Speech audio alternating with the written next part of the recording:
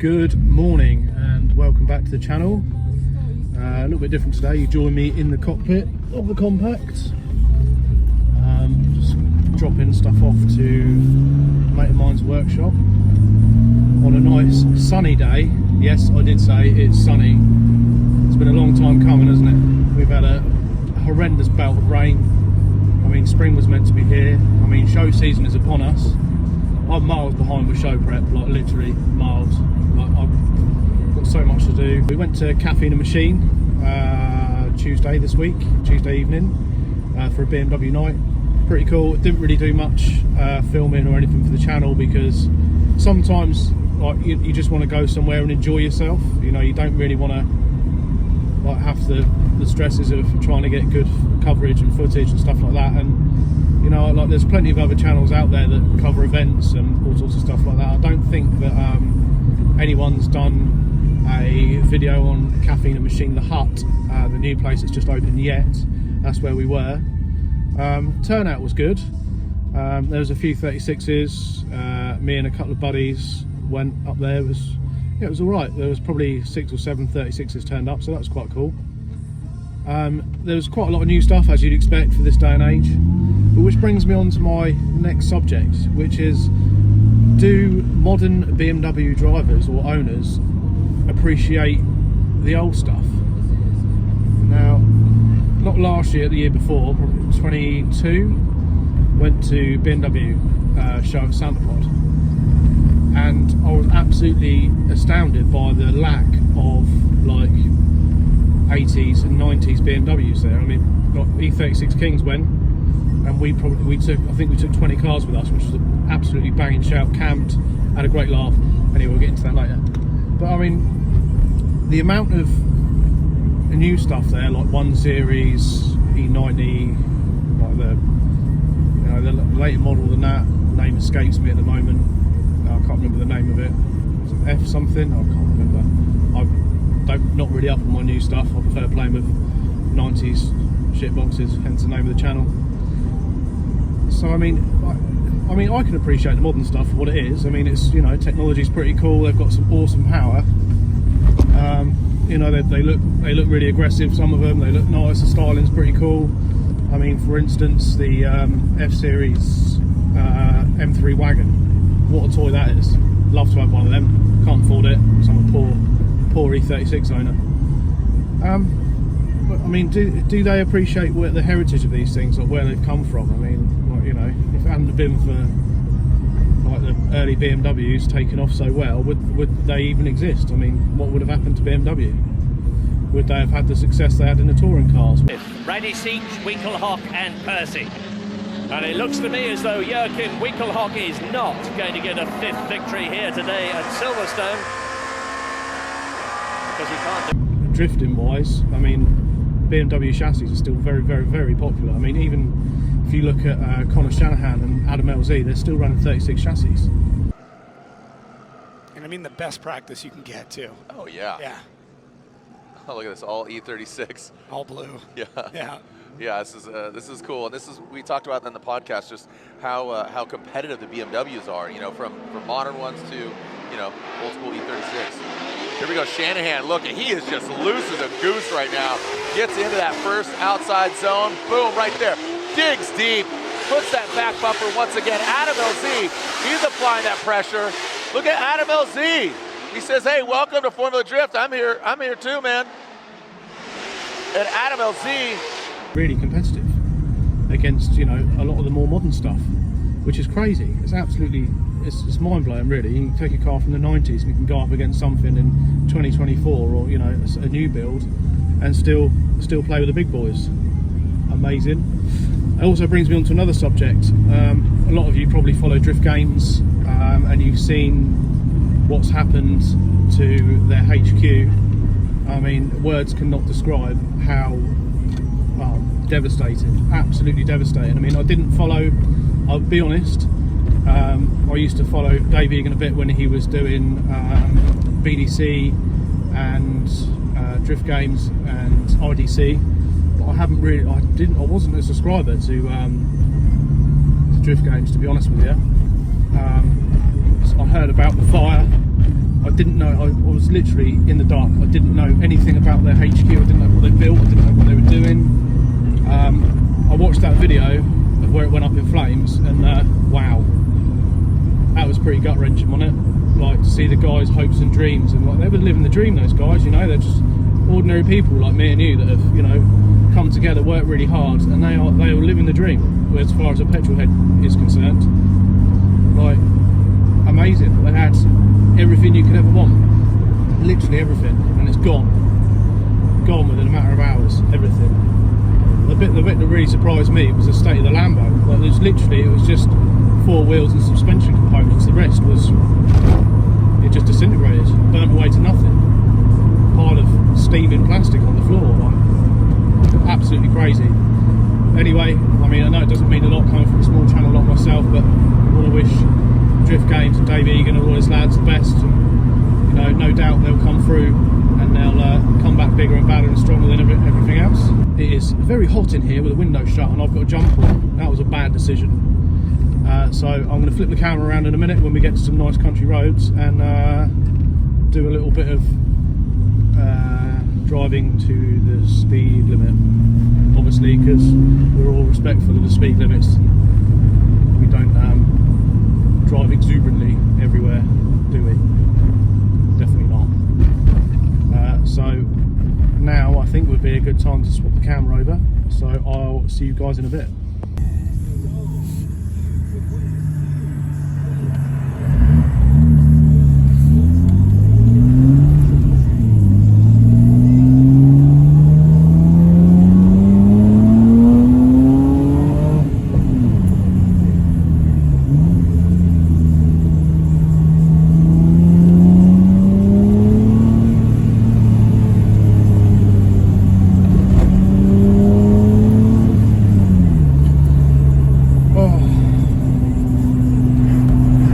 Fun driving on country roads anymore. You can't do anything. It's literally car after car after car after car. It's never clear when you want it to be, is it? Never.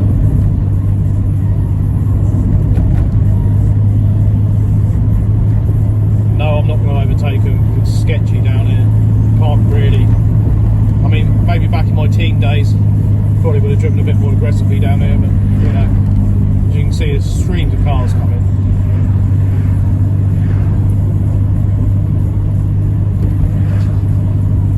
It's like 10:15 on a Thursday morning. Where is everybody? Why are they out? Need to get a job. Lots of them, everybody. Just go to work. Leave the roads clear for enthusiasts like us.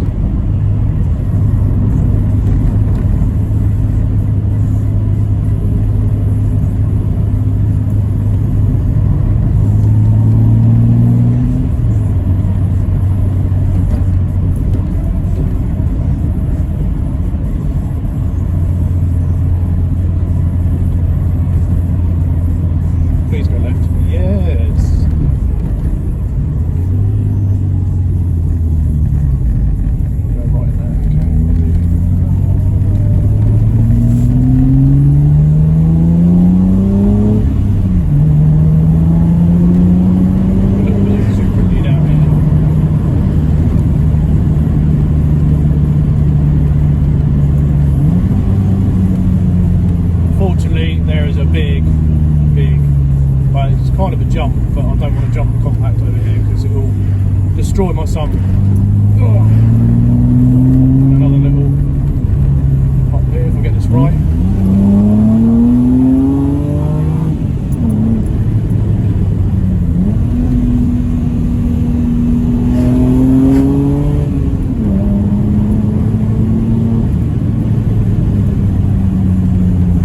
Down into here.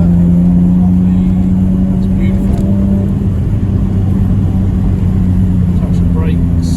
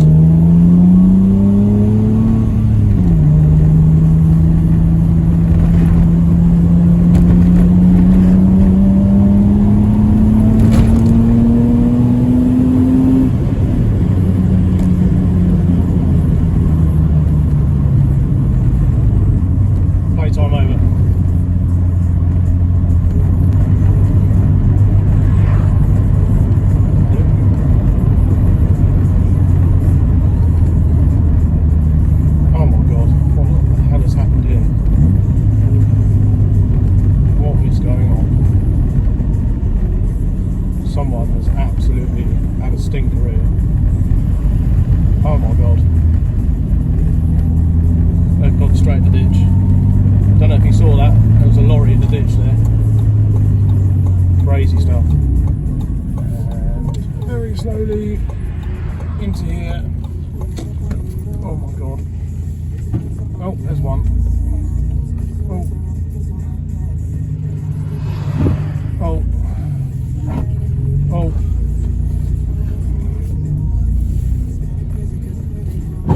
Oh my god. Oh look, there's Steve.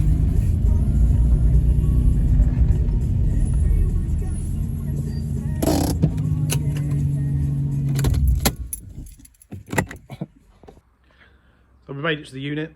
I've started stripping some bits down. Pretty pleasant drive. See the truck in a ditch? That was pretty awesome. There's been absolute, excuse me, carnage, absolute down the main road. There's traffic piled everywhere. But you know, they've managed to pull it out. They've got there. I mean, as I was there when I drove by, you could see one Arctic truck trying to pull it out, and I thought, that looks a bit dodgy. I don't think that was going to work. And obviously it didn't, because they had to call the recovery service and block the whole road off, and it's been absolute carnage. Should have a quick sneaky round Steve's unit, shall we? Trusty old compact out there, look. The E38, which I will be driving soon.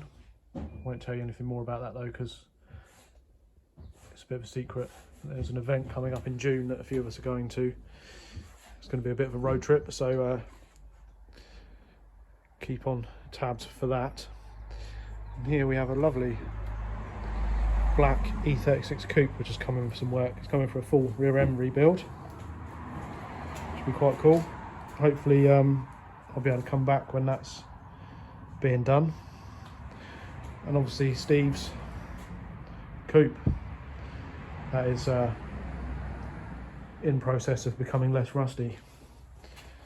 I mean, you got to admire the guy, haven't you? It's, you know, you've been there, you've seen, obviously if you follow his channel, I'll put the link down in the description in a bit. He's done some serious work on this, and it's not been an easy time for him. Because every time we've taken stuff off, oh, you can't really see underneath here because I haven't got a torch, but so the rear end's all stripped out, rear trailing arm pockets welded in, fuel tanks out of it. You know, it's insane how far he's got with it. I mean, let's face it, I mean, I've broken cleaner cars than this in the past, because it's just, one, I've probably had nowhere to do the work, and two, it wasn't, to me, wasn't worth saving it. I mean, nowadays you can argue, can't you, that maybe they are worth saving. I mean, they're going up in value, aren't they? Let's be honest. And parts seem to be getting more and more difficult to get hold of. So I'd have to say nowadays I'm probably going to be more of a saver than a breaker. Nice little shot of the E36 King's banner in the background, a bit of advertising for us. So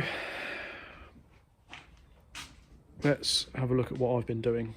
I've got my trailing arms here on the floor, taking the top bush out, both sides, and the trailing arm bush has come out of this one. It was a bit of a pig, so we had to use some map gas to get it out. A few little nice tools and stuff we've got to help us. That one there is a rear trailing arm bush tool, and that tool is an absolute saviour for the spherical joints or ball joints that go on the top of the hub. Absolutely amazing. Really cheap on eBay, about 30 quid. And I've destroyed one already, but it's done some work, bless it. Next stage is obviously take the wheel bearings out, which, ta-da, I'm going to use my press full, so that's all good. So I'm going to crack on with this, and then we'll drop them all down to powder coaters in a bit. Right, that's the subframe bits dropped off at the powder coaters. Now join me back at the garage, where it's time to say goodbye to purple coupe. It's going to get loaded up on the low loader in a minute, and she'll be on her way, which means I finally get some space outside my garage again. And also, there she is, B28 I bought the other day. We'll go through this in a little while. Well, that's not a good sign, is it? It's leaking oil in my garage already. Typical M52. Oh look, that rocket gasket's leaking at the back. Never in the world. Who would have guessed that? So we'll get it up on the engine crane, and then I'll strip some bits off, and then we're going to compression test it. Maybe if it's got enough oil in it and it can actually hold oil. By the looks of things, it can't. And then we'll start stripping it down, and I'll let you know what we're going to do with it. There she goes. Bye bye, Coupe. Well, that's the Coupe gone finally. She's been here for far too long. I think it was October, last year I bought that. Anyway, she's now gone to be properly recycled. I now have another parking space outside, so I will maybe buy something else, not sure, but for the time being I need to make use of the space outside my garage to sort the compact out. So the next video will be after I've tidied up, of course, because it's still a massive mess in here. So all I seem to do is tidy this bloody garage. Anyway, so the next video will be the engine up on a stand, and we'll compression test it, strip all the bits off we don't need, and if the compression test is good, then we'll start building a rip-roaring 2.8 to hopefully replace the M50 in a compact. Until next time, people, peace out. I have managed to keep a little memento. Oh, where's the eye? There it is. That didn't work, did it?